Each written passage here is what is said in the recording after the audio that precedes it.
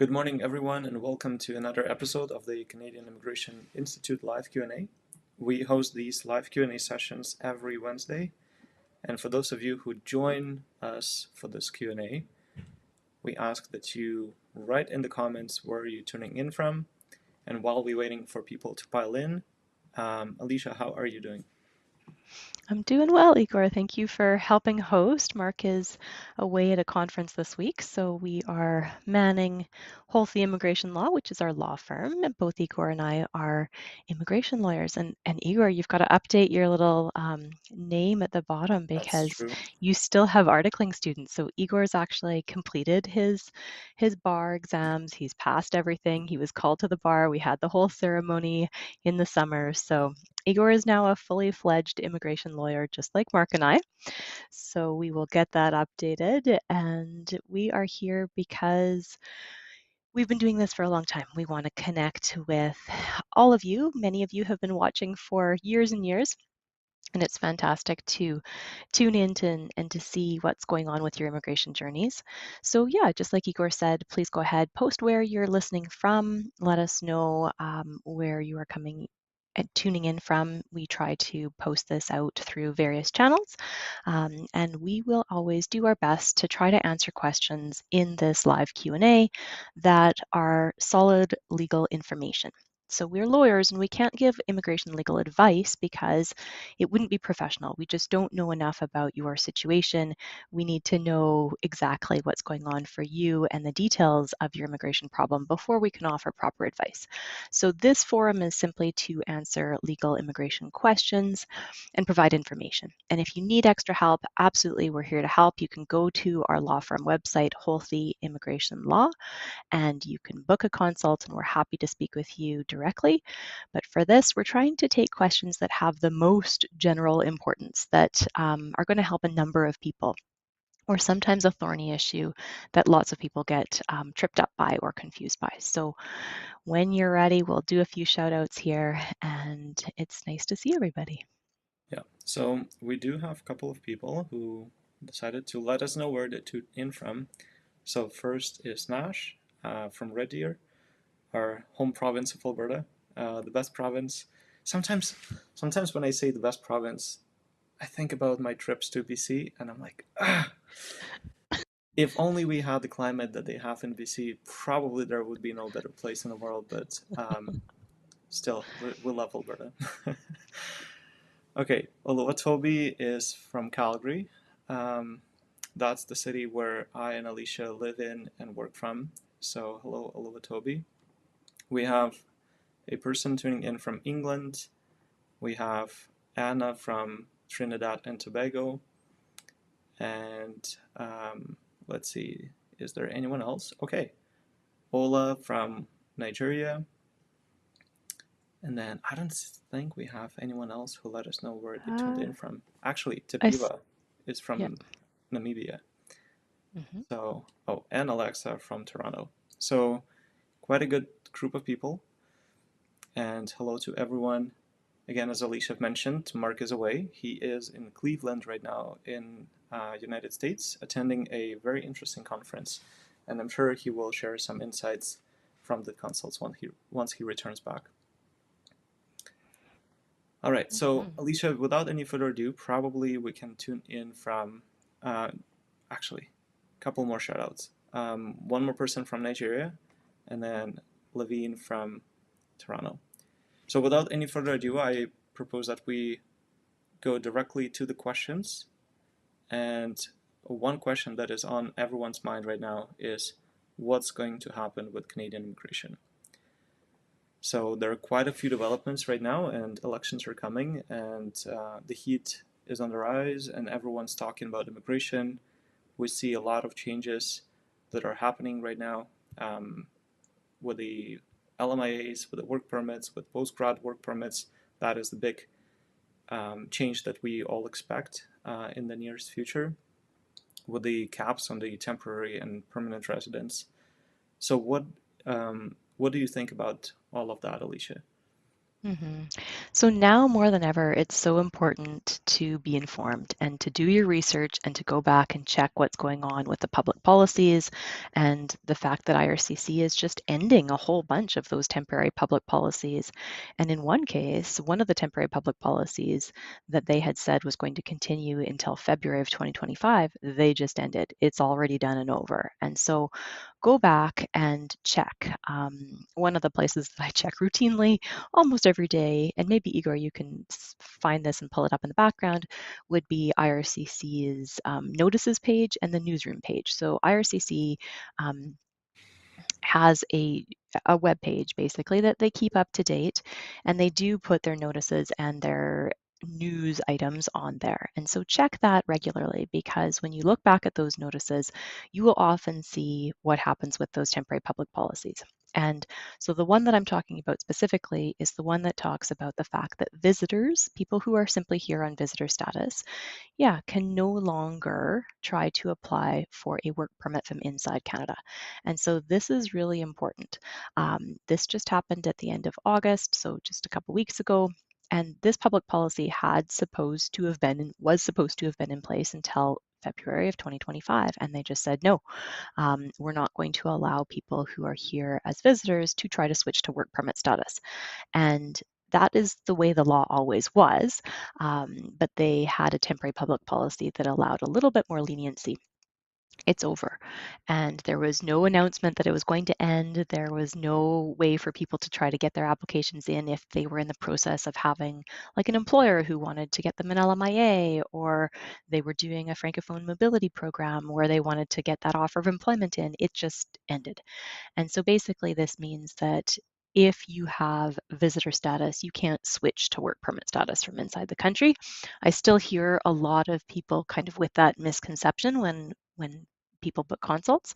So make sure that you're aware that if you have only visitor status, you're going to need to do an outside Canada application from online. And if you still have visitor status in Canada, that's fine, but you can't work. And then you'd have to go outside of Canada once you get your work visa in the passport, and then come back in at a port of entry. I would always recommend an airport, not a land border, and apply properly for that work permit to be issued to you once you have your approval letter and your visa. So that's a big deal. Make sure that you're doing that correctly. And also, Mark and I talked about this last week too. Students, make sure that if you are on a full-time study permit, because now is September, it's the time of people going back to school, make sure that if you have a full-time study permit and you are attending a designated learning institute and it is a full program that's going to lead to a diploma, and it's PGWP eligible, great, but make sure that you are complying with whether and when you can work and whether you can work on or off campus. And people get tripped up by this, and it can have serious effects, because if you're working without authorization, that can make you inadmissible for your postgrad work permit, which is really, really bad. So make sure that you are only adhering to 20 hours a week part-time work if you are a full-time student. There was some talk in the spring about the immigration department changing that to 24 hours, but they haven't done it yet. And so be super careful that you are clocking your hours, you're making sure that you're working no more than 20 hours in any given week, and you're maintaining your full-time student status and the conditions of passing your courses and being a full-time student. So the other thing, I wrote this article a while ago about whether you can be working. Oh, I think it has Mark on there, but then it's got me about the author, so we'll have to fix that, Igor. But um, I did write this article a while ago about that period at the end of your studies. And so most of you, you're starting studies in September, but some of you might be doing just like a last class or something like that. Make sure that as soon as you get your letter of completion or your transcripts, or you finally have some notification, like an email even from the university or the college, that you have completed your program, you've got to stop working entirely. Like no more work at all until the day that you have properly submitted your postgrad work permit, assuming you're eligible for a PGWP program. Once you've submitted that PGWP, then you can start working full-time if you meet the requirements under the regs, and this article talks about that a little bit more and gives you more detail. But a lot of people don't realize they have to stop working totally from that date that they're notified of completion until the date that they submit their PGWP. And if you're going through an express entry application and you just realize, uh-oh, I did that wrong, I worked without authorization, tell the truth. Make sure that you put that in your application and that you're not trying to hide that fact, because you don't want to be in a situation where immigration can say that you're misrepresenting. So just a couple things to be aware of for students and Yeah, people transitioning to PR. and Alicia, on that note, I would invite everyone to go to our website, which is holthelaw.com, and then check out our blog and podcast. So this YouTube channel is our way to give out free information, not legal advice. And then we also have our blog, which is very informative, and we try to keep it up to date, posting regularly on the website. And then we also do have our podcast. So you can listen for the podcast on Apple Podcasts, Google Podcasts, Spotify, and then if you want, you can also listen for the episodes on our website directly. So if you don't have time to tune in for the live Q&As every Wednesday, you can always go back to our website and then navigate to the podcast section and then listen for the podcast and useful information about immigration to Canada on your way to work, on your way home from work, and anytime you don't have reliable internet. So that is something that would be useful for pretty much everyone. On that note, Alicia, we have a question from Vinny who says, could you share the steps after the PR application has been submitted through the CSC stream? How long does the completeness check typically take? Do they typically request more documentation, etc.? Mm-hmm. And it's a good question, Vinny, and it applies to a lot of people. So yes, after you've submitted your complete EAPR, that electronic application for permanent residence, then you do have the ability to log back into your account. So assuming that you filed your application, make sure that you're checking your emails, nothing's going to junk mail, and that you log back into your GC key and you check for new messages from IRCC. It'll tell you, biometrics passed. It'll tell you if they require updated information because they'll send you a letter. Most of the time, hopefully, they will not be requesting additional information. Sometimes if there's a discrepancy, so if you've done your personal history and your travel history and your work history and your letters of reference from your employer, and IRCC looks at that and something's not quite lining up for them, sometimes they will ask you for the dreaded 5669, the Schedule A. They will ask for an updated form. And if that happens, you know that you need to be very careful because something is not making sense for them in your application. So if that happens, they normally only give you about 30 days to send back an updated Schedule A. Sometimes there's issues with police certificates, which can also tank your application. So make sure that you're really careful about your police certificates. They have to be in color. They have to be properly issued. They can't have been issued after you've gone back to that country, depending on how long you were in that country. So be very, very careful about police certificates. But typically, once you've submitted that application, the average posted processing times, I think for CEC right now, they're about 5 months. And immigration tries to keep to that processing standard. Some are a little bit faster, some are a little bit longer. Occasionally, what will happen is that an application will get stuck in the background security check phase. So if you happen to have a name or a birthday that's similar to somebody who has a criminal record, that might cause that application to take longer to process. But hopefully it'll be within that 5 month standard. And usually they don't ask for additional information. Unfortunately, with immigration these days, if there's a problem with your application, they're not going to ask you questions. They're just going to return it as rejected, and you'll have to start all over again. So hopefully they're not asking you for further information. If you are getting a letter that is a procedural fairness letter or a request for an updated Schedule A 5669, make sure to reach out to us because there's probably something going on with your application. Yeah. And it reminds me of the situation that I faced just recently.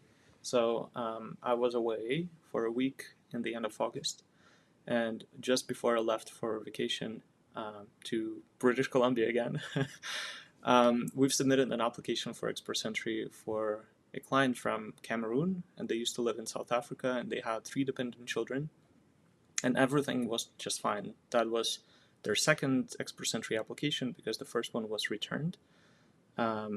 Actually, not returned, refused, because of the wrong knock code, which is one of the biggest challenges with the Express Entry application, trying to understand how the knock codes work. So they hired our firm, and we submitted an application. Everything was just perfect. And so I told them the next step would be a biometrics request. So you don't have to worry about pretty much anything. You get the AUR, and then wait for a month or 2, and they will send you the request to complete your biometrics. And then after that, they will process the application, and then the next request would be for a medical exam. And that would come closer to the end of the processing of your application. As you remember, they've changed the requirements now. You don't have to provide an upfront medical exam anymore, and they will reach out to you when you need to. So, to my surprise, and I ended up hiking in the mountains of British Columbia, came to the summit, hiked for the whole long day, and all of a sudden at the summit there was a cell reception. I opened up my email. We lawyers always open the emails, even in the woods. At the top of the mountains, we have to stay update. And then I see this email from the client for whom we submitted an application 5 or 7 days ago. And they say, oh, we have the additional documents request from RCC. I start panicking. They start panicking. I open the additional documents request, and it asks for this information that was already provided in the application. And it was a little confusing as to why would they ask for this information. So my initial assumption was maybe they forgot to mention something to me and we didn't include it in the application. It turned out that everything was disclosed. There was nothing else to disclose. The request was also a little bit weird, I would say, because it was addressed to the primary applicant, which is expected, but then they asked additional documents for the dependent child who was over the age of 18, and that was all again provided in the application. Oh, it looks like Mark is joining. I'll try to pull in Mark. Mark, are you here? Can you hear us? Okay, it looks like, let's see. Alicia, maybe I can remove myself and put Mark in here just for a second. Sure. Hi, Mark. Do you have my audio here? Yes, and you are live. Oh, great. I'm connected. I had just a little bit of a break here at my conference in Cleveland, and I saw that you guys were so thankfully doing the live today. Thank you so much. I thought I'd just pop in and say hello to everyone. I wish I could be there, but onward and onward with this voyage that our firm is taking. And I'm attending an AI conference in Cleveland, and we're hoping to be able to infuse AI into all the cool stuff that we're doing here at the firm. So, yeah, I didn't want to take up a lot of your time. I know Igor was sharing a story there, but I thought I'd just connect in and just say hello to everyone. Cool. All right. I will return back to my audio in here. Okay. Let's see. Okay, now I'm back. So back to the story. We've submitted a response to the ADR, but here's the thing. What RCC, I thought, was trying to do is kind of get them by surprise with this additional documents request, because first, they provided only 7 days to respond, and when you provide additional documents in your RCC secure account, there is a catch, because when you upload a document, you have to click next, and then you have transmit, and then you have to transmit again. So you have to click 3 buttons before the actual documents get sent. And what most people do, they upload the documents, it shows as green in the document checklist, they click next, and then, okay, they think everything is sent to RCC. Guess what happens next? In a day or 2, or a week or 2 weeks, whatever time it takes for the officer to get back to your file, you get a refusal because apparently you did not provide the documents that you were requested. So I think that might be a catch, Maybe that's a little dirty play. I don't know. It just like I have no idea why would they ask for this information, and it's so easy to make this mistake by not transmitting the documents to IRCC. So we do have a question from, let's see, from Marissa, who's asking what would be some common mistakes people make with Express Entry that you see in your firm, and that is one of those mistakes. Not following all the way through when submitting the application. So make sure that if you get an ADR, you always follow the process completely. But typically the ADR shouldn't be coming if your application is all true and correct and matches what was submitted previously to the IRCC. So if everything's good, after you submit the CC or whatever other FSW, FST application, or PNP Express Entry based application, there will be just two steps before you get a decision.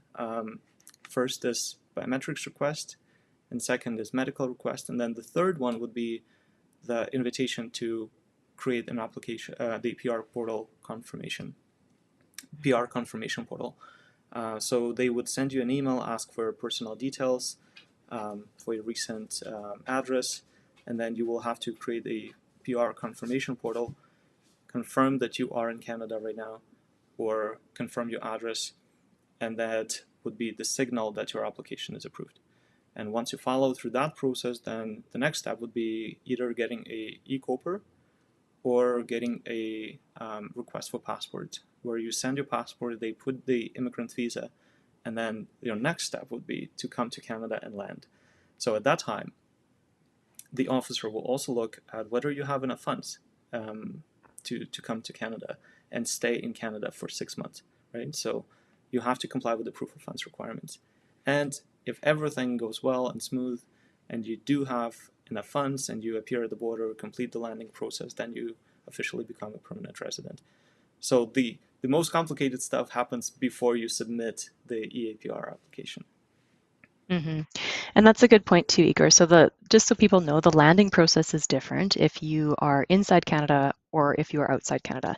And one of the things that I've been getting some consults on are what happens if I had to move, right? What if I changed addresses so after the time I submitted my EAPR, but before I've got any notification from IRCC about the finalization or the landing process. And so this is important, right? So sometimes your work permit will run out, you'll have to go back to your home country, and it really depends. So whether you have to meet that settlement fund requirement depends on the category under which you got your ITA. So if you are a CEC applicant, you usually do not have to provide proof of funds if your invitation to apply was under CEC. If you are a federal skilled worker invitation to apply, then you must provide those settlement funds and proof of settlement funds and still having them at the time of landing. And generally it's going to be an outside Canada landing where you actually have to come to the airport usually with your letter, and then that's where you get your actual e-COPR. Instead of an e-COPR, it's a physical COPR that they get signed off at the border with the officer. So a few things, those are some things, Marissa, that people often will miss. So make sure that, if you do need to do extra documents, you've transmitted them. And if you're going through that landing process, make sure you've updated IRCC with your proper legal address because they need to be able to send you your documentation for landing. Okay, and Alicia, I also want to return back to the question from Marissa and direct her to our website, Canadian Immigration Institute website. Here's the header, and then if you scroll down, you will see the Express Entry Accelerator and Masterclass. So this is a brand new course, and we have over 10 hours of video, and on top of that, you get bi-weekly masterclass sessions with Mark, where he answers most of your questions. But why I'm raising this up? Because this Express Entry course is your ultimate tool to understanding the process from A to Z. And in the course, Mark talks about many different mistakes that we see in our practice and how to avoid them. So it's not a guide that will guarantee that your application is approved, but this course will help you avoid most common mistakes, prepare the application that is solid. If there's something unclear in your application, this guide will help you draft a letter of explanation. We have different templates that help the officer to identify if you've chosen the right knock, and your chances of success are raising significantly if you follow the instructions to the T. And so I would recommend that you go and check this one out. And speaking about the common mistakes that we see in our practice, one thing that we're trying to do right now is we're looking at different ways to how we can help you. And essentially the product that we're working on right now is the comprehensive guide on all mistakes that we see in our practice and how to avoid them. And that would be a free resource that you can download on our website. And I'm still working on it, so it's not ready yet. But that would be the entry point for you to understand that it's not as simple as RCC is trying to make it look like. Just recently, Alicia, I spoke with someone who wanted to apply for TRV. And when you go to the RCC website, it only gives you one button. Use the RCC portal. Well, you can use not only the RCC portal, you can use the GC key, RCC secure account. And there's not one document checklist, but at least 2 document checklists that you need to follow. So one page would say one thing, the other page would say a different thing, and you have to scout through the website. You have to know where to look for this information. And with Express Entry applications, there is so much information on the process that it's so easy to make a mistake, to miss something, miss the instructions that would be critical for your application.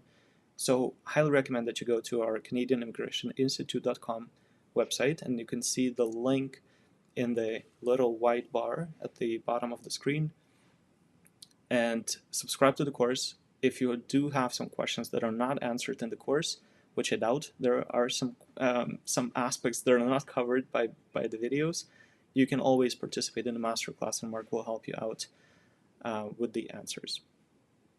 All right, so enough with that, and I propose that we go to a super chat question from Teshbir. So I mentioned my foreign experience on study permit, both inside and outside applications. But didn't mention on a work permit application. I only mentioned my Canadian jobs and studies. Can I mention that in my Express Entry profile now? Ooh.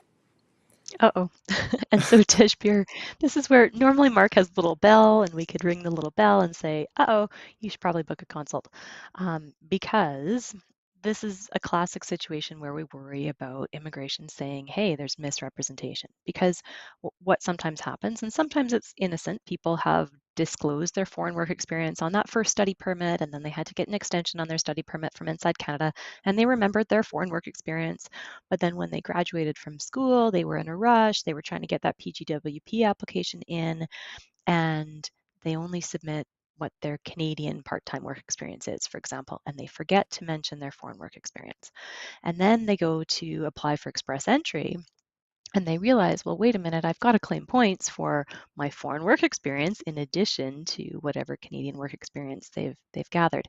Keep in mind that, of course, you can't get Canadian work experience points while you are a full-time student. So even though you're disclosing that on a PGWP application, you can't claim points for it until the day that you've actually submitted the PGWP, and then you can start to accumulate Canadian experience points if it's a high-skilled job, full-time.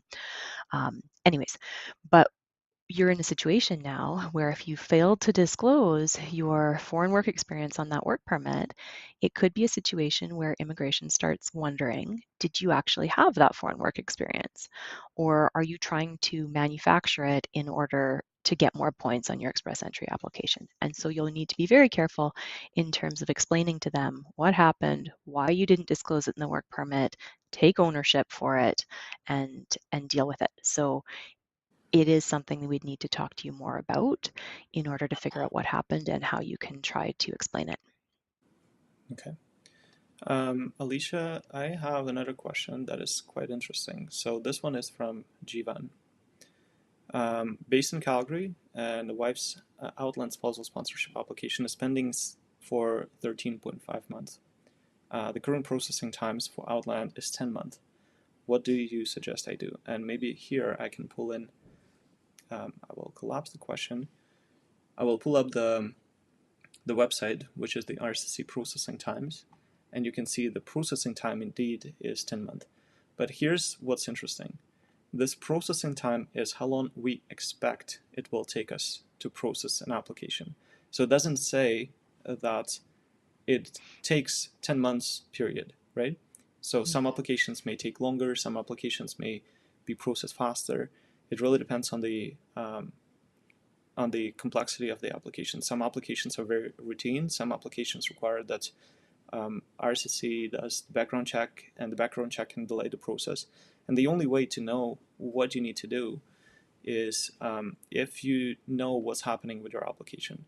So if there's an extended period of inactivity on your file and the officer just didn't do anything with your application, it sits there in a long drawer for months and months and months, then maybe there is a significant chance of success with writing a letter of demand, right? So you can reach out to RCC and say, look, you haven't been touching my application for like 6 or 7 months now. I ask that you start processing my application because it's already beyond the expected processing times. But if there was an action taken on your file and RCC is just waiting for someone else to complete their job with the background check, then there's not much you can do. You just have to sit and wait. In some situations when there's an extended period of inactivity on your application, and you send a letter of demand asking them to process your application, and that letter of demand does not bring expected results, in those situations, if there is a significant delay and your processing time is double of what is expected, then in those situations we can look at the option of filing a mandamus application. But again, it's hard to tell exactly what you have to do because we don't know what's happening with your file. You can find out what's happening with the file by making an ATIP request. So you request the GCMS notes from the officer, and it will have a chronological explanation as to when the officer opened your file, what notes did the officer leave on your application. And by looking at the GCMS notes, then you can figure out, okay, they're just working on it, or they just forgot about me. Do you have anything to add here, Alicia? And it's interesting, Igor, because you said, now they're trying to funnel people for temporary residence applications through that new portal. And so IRCC is working on building out a new portal. And so one of the things they're trying to do with that new portal is reduce the ability or the need for people to have to go do ATIP requests, because they're hoping, and we've been advocating for years and years, that when they have an application in process, they give people better information. So, in your Express Entry application, it'll say, what do you need to do? Do you need to do biometrics yet? We haven't requested it yet. Or it'll say biometrics passed, it'll say medicals requested, medicals passed, and so on and so forth. They're hoping to do something similar for the new IRCC portal, where they would give you more information about, here are the notes on file, here's the stage that you've passed, here's, a little bit more information so that people don't have to keep going back to IRCC and asking them, what's happening with my file. But so far, we're not there yet. They're still starting to roll it out. They're hoping to do it on a pilot basis. And so in the meantime, people are kind of stuck, hoping that immigration has what they need, and it's just a matter of going through the last steps in processing. But as Igor said, he's right. You can go and do an ATIP. You could do a web form inquiry through the new web form, the one with the little boxes that just says, hey, it's past the average processing time. I want to figure out what's happening on my file. But as long as you haven't heard from them and nothing has happened that requires updating with IRCC, hopefully it's just a matter of time for them to finalize the application. All right. The next question is also super chats, and I'm afraid we cannot answer that right here in the live stream, but I have a PNP nomination restricted to an employer. The employer is government and cannot help with the employer portal, and the $23, I understand that's the minimum wage that you have to be paid for your occupation. Postgrad work permit is expiring, PR process, Express Entry PR is in the process.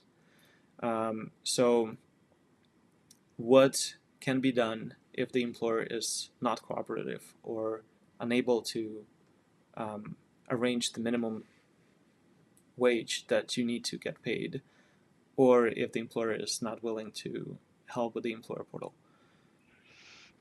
And this also, I think, applies to Oluwatobi's question as well. And both of these, I would say, please book a consult, because these are thorny situations and it could result in your entire application getting refused. Because in the PNP programs, you have to maintain, so depending on the type of application under the PNP that you've submitted, a lot of them are employer supported. And so you have to show that you have a job offer from that employer that is continuous and ongoing. And that employer normally has to show that they are paying you at the proper wage rate for that job. And if they don't show that, then it's possible that the PNP is just going to, if they've given you a nomination, they can take away that nomination. And you have a positive obligation to notify IRCC and the PNP if there's a material change in circumstances in your application. So losing your job is one of those circumstances that's a big difference, especially if it was an employer-supported application. So if you don't tell them that, they're going to probably say that you're misrepresenting. Eventually, they will find out, because any employer in Canada, you are on a social insurance number. When you're done employment, they have to do what's called a ROE, a record of employment, that they submit to ESDC Service Canada. And then that shows that your employment has ended with their company. So eventually, Service Canada and IRCC are going to share information, and they're going to figure out you're no longer employed there. And it's much better if you tell them that before they figure that out on their own.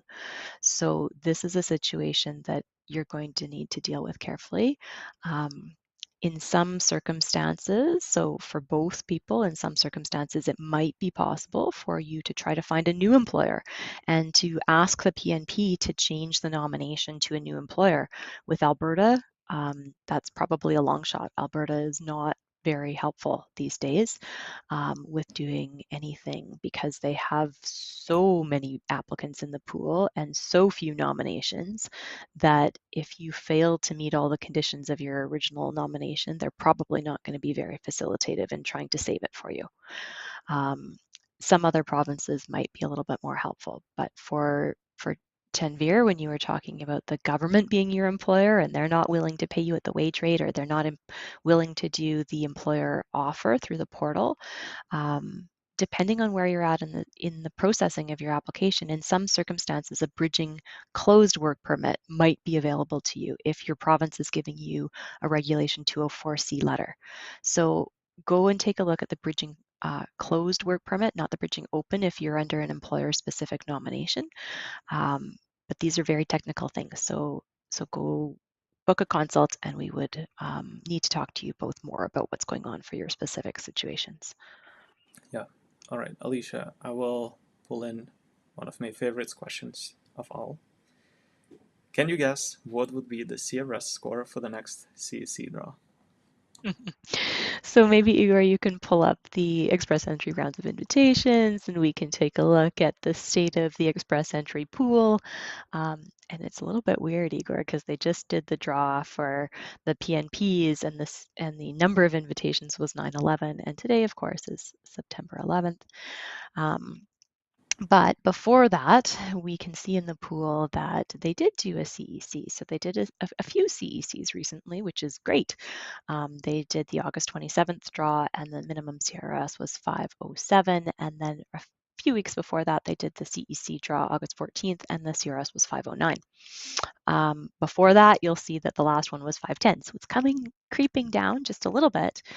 But the question always is, we would have to gauge the crystal ball, and it's not super accurate because they don't give us any of this information ahead of time. Sometimes we can look at patterns, but then they decide to change their pattern. So we would hope that maybe they will do another CEC draw within the next couple of weeks. And we would hope that, if the same kind of numbers of people entering the pool and being drawn from the pool are about the same, maybe we'll find a CRS at like around that 507 mark, depending on how many people have piled in. But it's always a guess, because this is not something that's predictable. Yeah.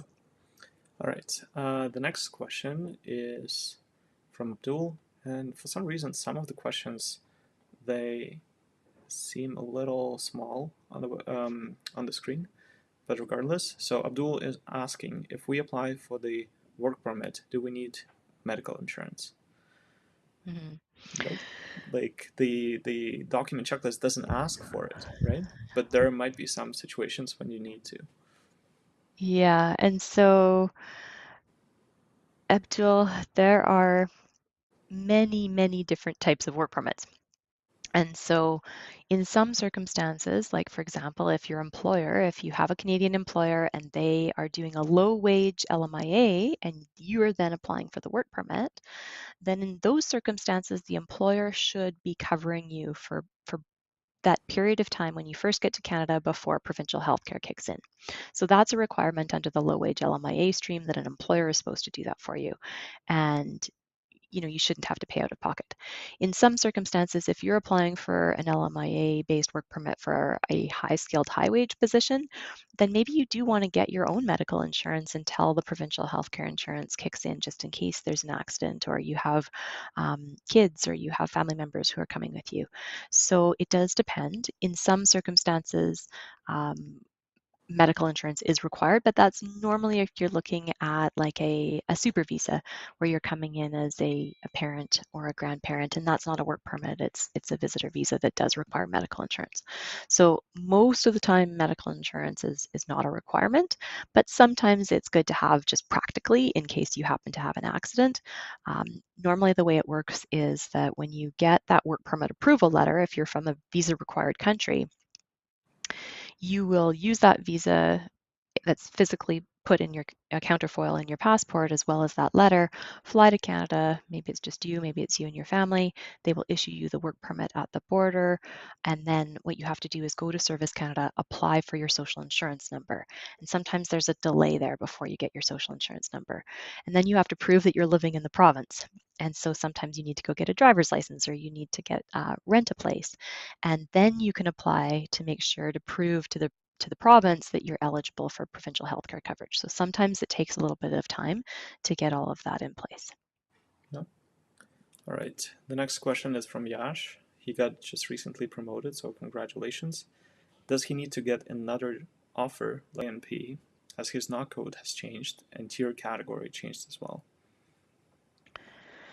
And Yash, this is a difficult one to give you general information on because it really depends what was the category of OINP that you applied under and what were the requirements at the time that you submitted your OINP application and the time that you submitted your express entry application and when you submitted your EAPR.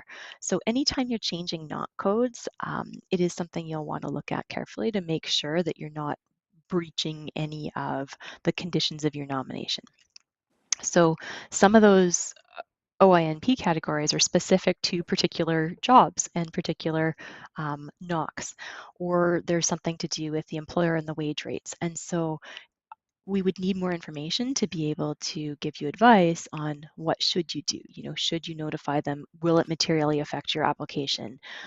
That's something that we'd need more information from you on. But anytime you're switching NOCs or you're materially changing your application, it is something you're going to want to examine carefully. Mm-hmm. Next question is from Vida, watching from Edmonton. Recently submitted a PR application through the rural renewal stream and missed paying the biometrics fee. Where should I upload the receipt after submission?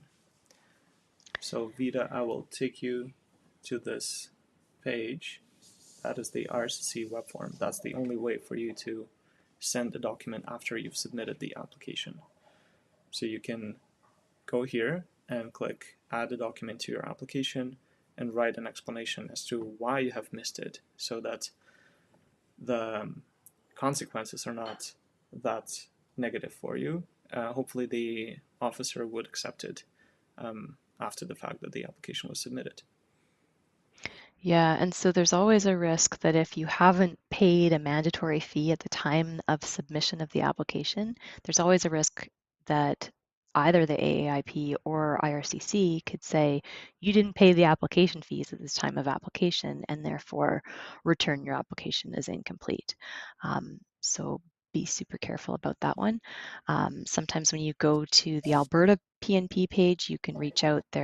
Sometimes there's forms. There's a form for updating your contact information. There's a form for contacting them and there's an email address about payment, online payment issues. So you'll probably also want to try that. Mm-hmm. Okay, June is asking, what will happen to people who applied for their LMIAs before September 24th?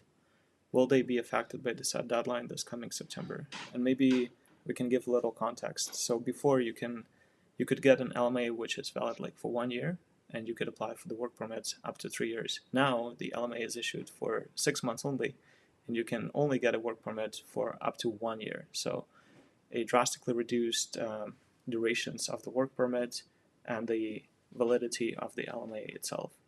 But that is coming into force on September 24th. Alicia, what will happen with people who applied before that?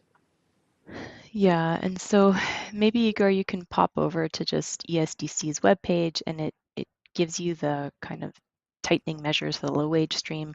So it's technically September 26th that everything switches over. But they do have a little banner on their page, and it says starting September 26th, certain LMIA applications submitted for the low wage stream will be affected by the new tightening measures. So certain LMIA applications for low wage and census, there we go, metropolitan areas with an unemployment rate of 6% or higher won't be processed at all. And so we don't know what they mean when they say certain applications. So does that mean that applications that are already kind of in the pipeline will no longer be processed after September 26th? Or does it mean that only new applications submitted after September 26th won't be processed? The cap is being reduced for low wage LMIAs from 20% of that employer's workforce to 10%. And the maximum duration is going from 2 years to 1 year. So that's different for high wage. High wage, you could potentially still have a longer duration of employment. But as Igor said, the duration of the LMIA validity is also going to be reduced to 6 months, which means that people have to get that application for their work permit submitted before the LMIA expires. Technically, it's always in the past been that as long as you submit the work permit before the LMIA expires, it can still be processed after the LMIA expires, as long as the application was submitted while the LMIA was valid. But there's a lot of moving parts right now, and we don't know exactly how they're going to implement these new tightening measures. They've announced them in theory, but not the fine details that we will need to be able to properly understand how this new system is going to work. Yeah. All right, the next question is from Sia, and he actually sent 2 messages. First one is Canada turned away 4,000 people from entering Canada last week. And then the question itself is, can border officer refuse you the work permit at the port of entry? Absolutely. Oh yeah, absolutely. And so, and I need to go try to find this policy page, but I found it the other day when I was looking at flagpoling issues. And it is true that basically, as of I think it was May of 2023, almost nobody can apply at the border anymore. It is forcing you into online applications. So almost no one can do a legitimate flagpole anymore. And the border officers know this, CBSA knows this, and they are pushing back more and more and more and more. And so it used to be in the past that if people had filed an in-Canada spousal application, for example, and let's say they were a US citizen and they were going back and forth and they finally got acknowledgement of receipt on the spousal, then they could probably ask for that open spousal work permit. But no longer. So it is now clear that border officers are pushing back and saying the only way that somebody could potentially qualify for an open spousal work permit on a spouse inside Canada class application is if they have filed that online properly, because that's what the that's what the public policy says, not the temporary public policy, but the public policy for how they process types of work permit applications. And so almost nobody is eligible for a border application, and certainly not a flagpole. And so flagpoling is super, super dangerous. Somebody had said, oh, can I just run down to the border and do a flagpole application? And they said, well, do you have a valid US visitor visa? They're like, nope. I'm like, okay, well, you might get thrown in jail from US Border Services because you're entering the US without valid authorization to enter the US, which can affect your Canadian application. Or even if they don't detain you. They can give you a slip that says that you are administratively refused entry, which is technically a refusal, which then you have to disclose in all of your Canadian applications. And they are cracking down and will not issue work permits at a flagpole. So please, please, please do not flagpole. Make sure that you are properly filing online applications and extending your status well before expiry. All right. The next question that I wanted to pull up is from Liberty. And so Liberty is planning to apply for permanent residence in January this year, next year. Does Liberty need to put an address outside of Quebec if she lives and works in Quebec? So I have some very bad vibes coming from this message. So your obligation is always to be honest and truthful. If you are living in Quebec and you are trying to do an express entry application, that you're not eligible, right? So did it say express entry, Igor? I think yes. Yeah, so express entry is an application that's only available to people who are living outside of the province of Quebec. If you are living and working in Quebec, you're not eligible for express entry. And if you lie and you say, I'm living outside of Quebec, then that's misrepresentation. And they can say that you're inadmissible to Canada and bar you for 5 years. So it would be an abuse of the system in order to try to get an immigration privilege, which is exactly the definition of misrepresentation. So if you are looking at express entry, you know you want to apply next year, then move outside of Quebec, go to a different province, show that you're establishing yourself in a different province and that you have a valid intent to continue to live in a province other than the province of Quebec. And even if you lived in Quebec in the past, it could be possible for you to develop a valid intention to live outside of Quebec, but you're going to have to work at it if your entire time in Canada has been in Quebec, because they will suspect that you're just going to go back there. Yeah. All right. Here's one message that I wanted to pull up from Mark. Our YouTube channel just reached 60,000 subscribers. Can you believe this? It's crazy. I remember in 2020, in February, the channel was like 16,000 people only. So we're tripled in size over the last 4 years now, which is a very positive thing. And thank you so much for everyone who subscribes to this YouTube channel, clicks on the bell button, receives notifications, shares the videos, and participates, leaving comments and likes. So I encourage those 133 people who watch us live right now to do the same thing and help us grow and help us share more information like this with people who need help. Yeah, that's fantastic, Mark. And so much of this is Mark and Igor, and they've been doing this for years and years and years, and Mark especially.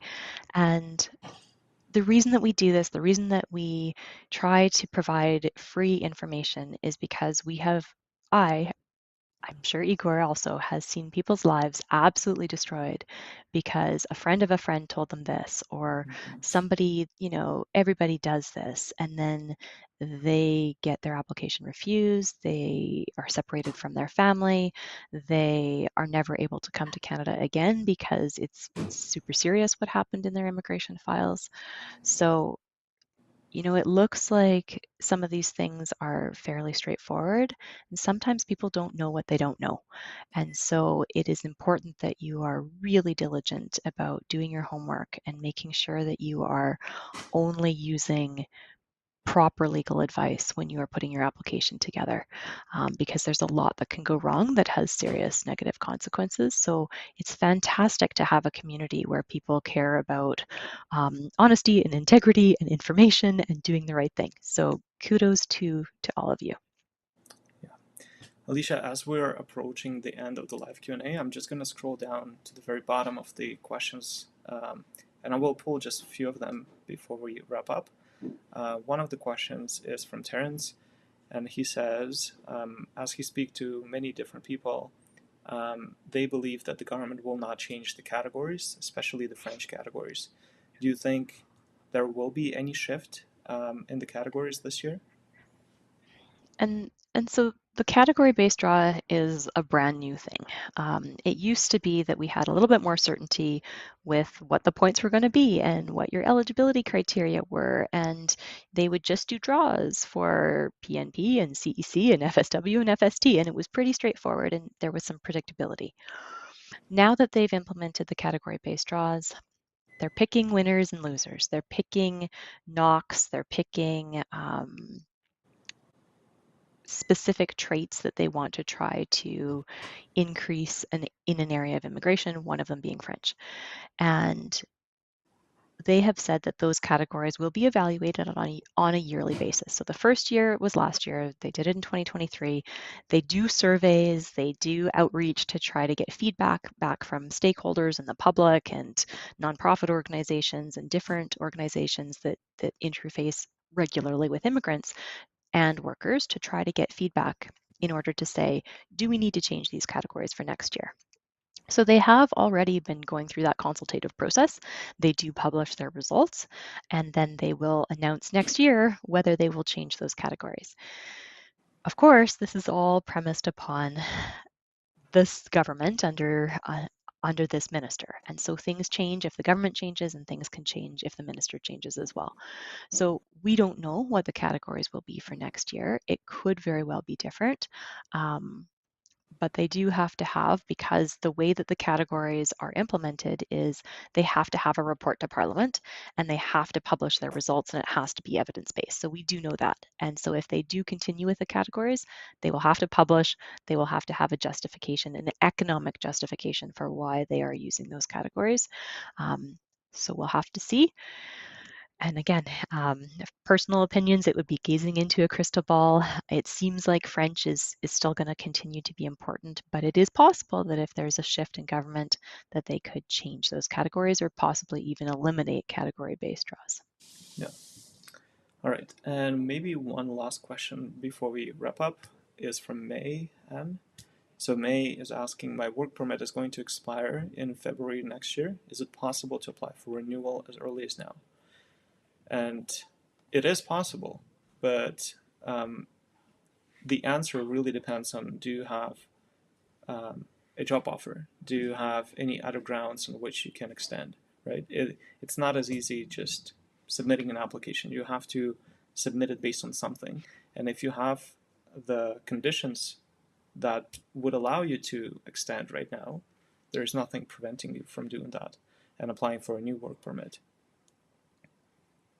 Alicia, anything else? And I think people get confused too, Igor, because when you look on Extend Your Status, it says apply 30 days before your work permit expires. Well, it's just a guideline. Legally, you can apply anytime up until the day that your work permit expires. I would never recommend leaving it to the last minute, especially because IRCC uses UTC time, Universal Coordinated Time, which is probably 6 hours less than you think you have on your application, at least.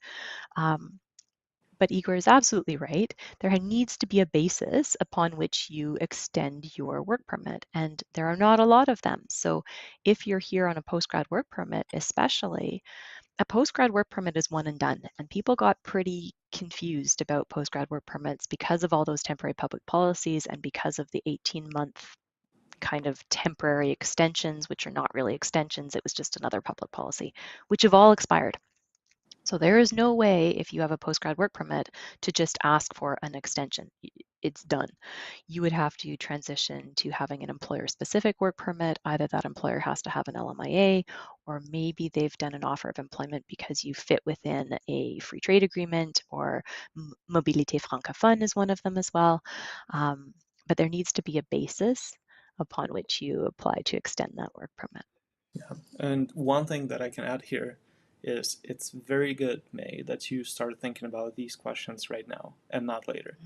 And sometimes it takes time to find an employer, for the employer to go through the LMIA process, if they still can go through the LMIA process now. So yeah, just if you have questions as to what you need to do in your specific situations and what pathways are available to you, I would recommend that you book a consult with us. And again, before we wrap up, we have just 1 minute left. I would direct everyone to go to our website, which is holthelaw.com. Let me just I don't know if I can actually pull this one down a little, but the website is holthelaw.com, and then you can again go through our blog and podcasts and read about different immigration streams. And if you need to get a personalized advice, click on book an immigration consult, and you can select with whom you want to book a consultation. We all have different availability, different calendars, so if the time for one lawyer doesn't work for you, maybe a different lawyer would have the time that works better.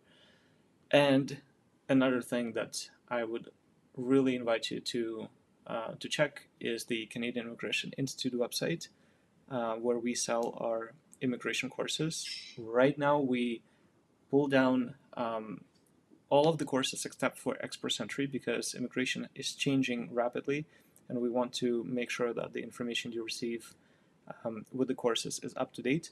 So we're constantly working on renewing those courses, recording new content. But with the Expert Entry Accelerator, which is a brand new course and reflects all the changes from 2024 and previous years, I would recommend that you subscribe to that one. And you can also participate in the masterclass if you still have some questions that are not answered in the course.